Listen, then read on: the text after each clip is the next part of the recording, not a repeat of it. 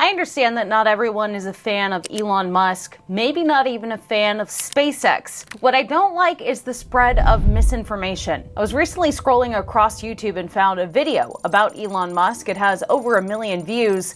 And there's a segment about SpaceX that I don't completely agree with. So let me show you some of the video. We will be looking into the life and times of the worst thing to come from South Africa since apartheid. A man who, despite growing evidence that he's, shall we say, not in the headspace to control space exploration, electric vehicle manufacturing, communications, or the biotech industry, is still being trusted with billions in government contracts.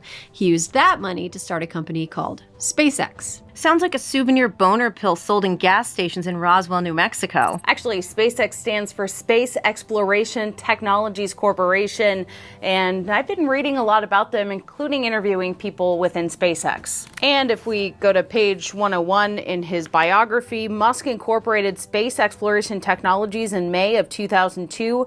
At first, he called the company by its initial set. A few months later, he highlighted his favorite letter by moving to a more memorable moniker, SpaceX. Its goal, he said in an early presentation, was to launch its first rocket by September 2003 and to send an unmanned mission to Mars by 2010. Thus continued the tradition he had established at PayPal, setting unrealistic timelines that transformed his wild notions from being completely insane to being merely very late. So yes, we know that Elon does indeed like the letter X, but that's some of the origin of the name, and let's get into the actually troubling parts of this video. From what I can tell, it started with a desire to send people to Mars. Elon has always dreamed of sending people to Mars. Kind of, but not really. Yes, he wants to send people to Mars now, but the first ambition was actually not to send people, it was to send a small biosphere. They wanted to call it Mars Oasis, and it details that ambition here on page 10 in Liftoff. I should add that Liftoff, written by Eric Berger, is about the desperate early days of SpaceX. I'm also pulling from the Elon Musk biography by Walter Isaacson. But let's get into the beginnings of SpaceX. The story of SpaceX begins towards the end of the year 2000. Elon Musk was driving on the Long Island Expressway with a friend and fellow entrepreneur named Adeo Ressi shortly after PayPal's board of directors had ousted Musk as chief executive. Not even 30 years old, Musk had come a long way in a short while. Since arriving in the United States less than a decade earlier, he had earned Ivy League degrees in economics, physics, and founded 2 wildly successful companies. So what, Ressi wanted to know, did he plan to do next? I told Adeo I had always been interested in space, but I didn't think that was something a private individual could do anything about, Musk said. 3 decades had passed since Apollo's heyday. Surely, he thought, NASA must be well on its way to Mars. Later that day, Musk, still thinking about the conversation, checked out NASA's website. To his surprise, he could not find any plans for sending humans to Mars. Perhaps he thought the site was just poorly designed. But no, NASA had no such plans, as Musk discovered when he began attending space conferences back in California. Private groups were beginning to do some interesting things, however. He got involved with ventures like the Planetary Society's first project to develop a solar sail. The member-funded organization was building a reflective sail that would unfurl in space and be propelled by momentum from solar photons. Musk also supported the X Prize Foundation, which offered $10 million to the first group to build a private spaceship that could take people on short suborbital flights. Later in 2001, Musk devised a private space plan of his own to inspire public support for NASA and the exploration of Mars. Musk sought to build a small biosphere and launch it to the red planet. He called it Mars Oasis. The idea was to grab some Martian soil and bring that into the growth chamber, said Chris Thompson, an aerospace engineer for Boeing, who helped Musk with concepts for the small Martian lander. We would mix it with some soil from Earth, drop some seeds in, and have a webcam broadcast the plant growth back to Earth. So while Musk was interested in the idea of sending humans to Mars with no plans on the table, he had a much smaller ambition of sending this small biosphere. Elon and early space ally Michael Griffin traveled to Russia together to try to convince some Russians to sell them some ICBMs so that Musk could pretend to invent rockets. So this was not abnormal. That was kind of the SOP at the time because no one had ever done what SpaceX is doing today. Russia was building rockets and engines. And Elon was never pretending to invent rockets. Rockets, as we know, are extremely expensive, and he was trying to get one for cheap. He decided if he couldn't get one from Russia, he would try to do it on his own as a private company. That's not inventing, that's innovating. But the Russians weren't interested because Elon was not an astronaut, nor did he possess any particular expertise about space. He was just a guy who liked space a lot. This part is true. According to Eric Berger, the Russians saw Elon as a dilettante. In fact, Elon and his advisors traveled twice to Russia to try and buy a refurbished intercontinental ballistic missile for the mission, but the Russians just didn't respect Musk. In fact, they offered him outrageously high prices for their old boosters. Elon feared if he agreed to the price, they would only raise it after he wrote an initial check. But that's where Elon had a light bulb moment. I wondered what it would take to build our own rocket. So yeah, he didn't invent rockets, but he actually was able to risk his own money and have the inspiration and vision to try and do it privately, and it ended up working out. I just want to take a quick moment to thank you for supporting my channel. My subscriber count has been growing, and it really blows my mind that people from around the world tune into Ellie in Space to get their space news. That's a lot of exposure. A lot of people looking at my channel, maybe looking me up because my real name isn't Ellie in Space, and I want to keep that information protected, which is why I use Delete Me. Sometimes people want to know my phone number, where I live, who I'm dating, etc. And I want to keep my personal life off the internet. I'm happy to say I've been able to scrub a lot of that personal information thanks to Delete Me. I've been using this service for the past 8 months, and when I Google my name now, I'm not terrified by the results. In fact, it's not just specific to me. You probably have a lot of information on the internet about yourself, so just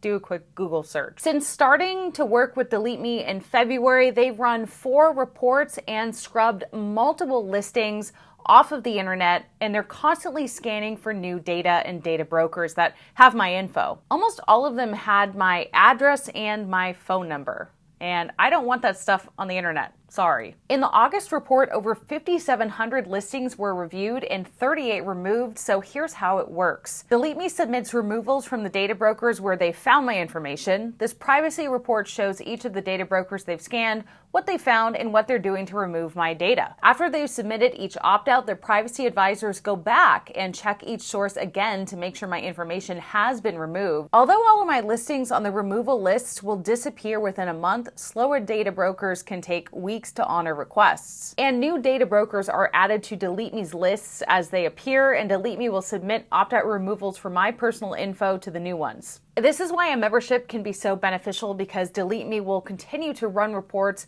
and do the work for you behind the scenes throughout the year. I personally trust Delete Me and feel more secure knowing that my personal info won't be subject to threats of harassment, identity theft, even stalking, which as a female, gotta worry about. You can get 20% off Delete Me US consumer plans when you go to joindeleteme.com/Ellie20 and use promo code Ellie20 at checkout. That's joindeleteme.com/Ellie20, code Ellie20. Thank you to the sponsor of this video, Delete Me. Undaunted, Musk used his PayPal money to hire a bunch of people who did know what they were doing space-wise, and the company SpaceX blasted off. I don't know why this is being criticized. Elon made a lot of money and risked it to do something completely unfathomable at the time. And if you have a mission, you do need a team to help you execute that vision. What was he supposed to do? Hire people that weren't experts to achieve something that was previously thought impossible?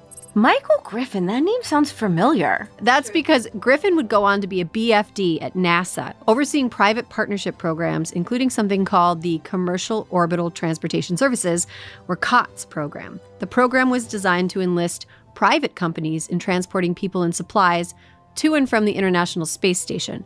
Under Griffin, only 2 private companies were selected for the program. One of them was SpaceX. Ah, the COTS contracts. These were actually awarded to SpaceX, like these ladies mentioned, and the unnamed rocket plane Kistler. But the latter's agreement was terminated due to insufficient progress. Rocket plane Kistler was a company out of Oklahoma, and it was a reusable launch system firm originally based in Oklahoma. The reusable launch system firm was formed in 2006, and NASA announced rocket plane Kistler had been chosen to develop crew and cargo launch services. However, having missed financial milestones, NASA terminated funding for the project, and it filed for Chapter 7 bankruptcy in 2010. So yeah, two companies were selected. SpaceX was the only one who actually followed through and fulfilled the contract obligation. And thus began a long and fruitful career of SpaceX feeding from the prolific teat of Uncle Sam. To criticize SpaceX for getting money from the government for fulfilling their contract duties, and to not even name or criticize rocket plane Kistler, who also got money from the government, did not fulfill their duties, seems a little bit hypocritical. It's a new day. Government can't do it all.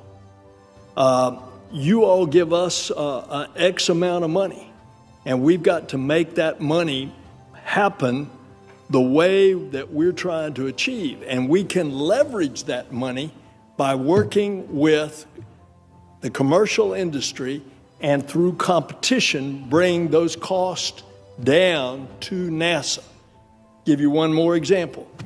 The development of SpaceX and their very successful rocket, the Falcon 9 and the Falcon 9 Heavy. General Hyten, the vice chairman of the Joint Chiefs, told me last year before he retired, he said the fact that we have competition now on going to space just for the military has saved them $40 billion in launch costs. So it's just another example of the public-private partnership. Actually, just look at the wasteful spending we've seen with other companies. SpaceX has by far been the lowest bidder and cheapest option. Still, SpaceX has been launching government satellites at significant discounts to the prices charged by space companies like Boeing, Lockheed Martin, and Northrop Grumman for about a decade. Also, SpaceX wasn't only saving the government money, they were putting that money to good use. In Liftoff, Eric writes, after winning the COTS contract from NASA in 2006, SpaceX put the money to good use. The company's workforce swelled to tackle these ambitious new projects. No private company had ever launched a spacecraft and then returned it to Earth, as SpaceX intended to do with Dragon missions, carrying tons of cargo to NASA's orbiting laboratory. Even as one team sought to finally bring the Falcon 1 to orbit, other groups began designing the Cargo Dragon spacecraft and the much larger Falcon 9 rocket to launch it. As early as 2007, a majority of the company was working on the new program. And this is the part about the COTS money being put to better use. Musk always intended to build a larger rocket, but he originally envisioned going from 1 to 5 engines with a vehicle called the Falcon 5. This, he believed, was just large enough to nudge a small capsule into space. The COTS contract allowed Musk to think bigger. The space agency made clear that it wanted the capability to send multiple tons of food, supplies, and other equipment into space on each mission. Because NASA asked for a larger spacecraft from SpaceX, that meant it needed a beefier rocket to lift it into orbit. This led to Falcon 9, which exists today and is carrying the industry. So this money that they used to develop Falcon 9 was actually put to really good use. We can't say that for all the other companies that have gotten money from the government. In 2006, SpaceX was awarded a $396 million contract from NASA. Meanwhile, SpaceX didn't even have a rocket that worked. Its Falcon 1 program was sucking ass, unless you think a rocket that explodes can still be counted as a success. So if you fail a few times, you should just quit? This is absurd. Pretty much every rocket company has had failures. Most don't even make it into orbit, and many end up going bankrupt. So yes, SpaceX was successful and is, despite those failed launches. Its first 3 launches between 2006 and 2008 failed, putting the company on the brink of bankruptcy at the same time as Tesla and Musk himself in late 2008. And yeah, in 2008, Elon risked his money. This was on SpaceX's dime. It's not like it was wasted money from the taxpayers like we've seen with some other programs. Then, SpaceX got it on the 4th try, and as a prize for his company's one successful launch, Elon was given a $1.6 billion NASA contract that December, and it all blew up from there, both literally and figuratively. Yep, you're right. They had one successful launch, and now they've had I don't know how many hundreds. What SpaceX has achieved is in record time. Most companies struggle to have one successful launch for even decades. A press release from NASA from 2012 both announces SpaceX Dragon's first commercial resupply launch while also talking about the development of SLS and Orion, and that wouldn't even fly until 10 years later after this press release in 2022. I point this out because in this same press release as NASA was talking about Dragon's first cargo resupply mission, they were also touting SLS and how that would be coming online soon. And there would be 10 years from when this press release happened to when we would actually see SLS fly for the first time. So how many Dragons has SpaceX launched in between those 10 years? We are just seeing a difference between the pace of SpaceX and the pace of NASA. We're once again launching spacecraft from American soil with the supplies our astronauts need in space. The SpaceX launch tonight marks the official start of commercial resupply missions by American companies operating out of U.S. spaceports like the one right here in Florida. Aaron, I think that when a SpaceX rocket explodes, it's called a rapid unscheduled disassembly when conscious uncoupling goes to space. And we shouldn't downplay the fact that the company has seen some success, and progress in space exploration is by definition messy. Some success? Seriously? SpaceX is still carrying the industry. Elon recently wrote, if the rest of the year goes well, SpaceX will deliver about 90% of all Earth's payload to orbit. China will do about 6%, the rest of the world combined only about 4%. But Elon is not making the rockets. He's not an engineer. He's simply the guy who benefits the most financially from the work of people who are building the rockets and satellites while rage tweeting about how NPR shouldn't get government money. I don't understand this concept of being upset that Elon would be getting the most money as CEO of a company while others are doing work. Should we be upset that Tim Cook is making the most money even though he's not building the iPhones? I mean, Mark Cuban isn't making the free throws, but he owns the Dallas Mavericks. And I've interacted with some of his employees from the early days. They are doing very well. And since SpaceX is still private, it offers its employees incredible stock options. Since 2020, at least 5 of SpaceX's attempts to launch its Starship into space have ended with the experimental aircraft blowing up. Well, it's called rapid iteration for a reason. They also do it in basically the middle of nowhere with no cargo. It's a test flight. SpaceX's giant new rocket exploded after blasting off on its first test flight. Not what the company or NASA perhaps were hoping for. SpaceX putting on a brave face. You heard all that applause. Calling it a successful failure does raise some questions, though, about NASA's timeline for a planned return to the moon. Discuss more. Let's bring in Chris Hadfield, Canadian astronaut extraordinaire, former commander of the International Space Station, author of The Apollo Murders and the upcoming book, The Defector. Hey, Chris, good to see you.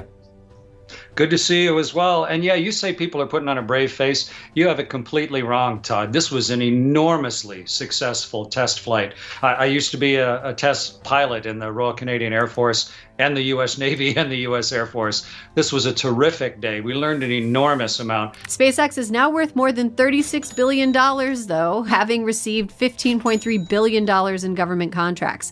All this time, Elon won't stop yammering about sending people to Mars, but SpaceX has yet to demonstrate that they're even capable of sending people to the moon, which is a lot closer. Easier.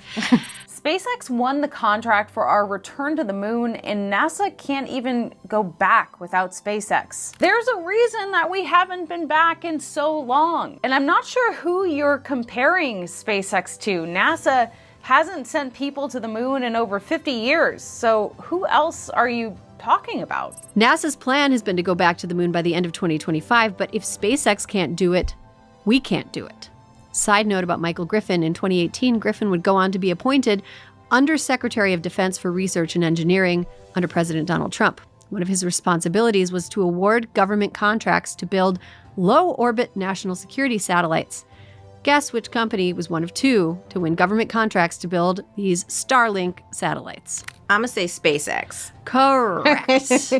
Once again, Starlink was chosen because no one else was able to achieve low Earth orbit satellite technology. I've said it earlier in the video, but this idea that they're guzzling money, they have saved the government billions of dollars. SpaceX isn't just benefiting Elon, they have over 14,000 employees that are working around the clock. SpaceX's entire reason to exist is to guzzle government money. Think of the SpaceX part of his fortune like a GoFundMe designed to make the worst person you know even richer, and you cannot opt out of it. You might like him, you might hate him, but this man has done what no one else has been able to do with his drive, his crafting of a team, his hiring skills.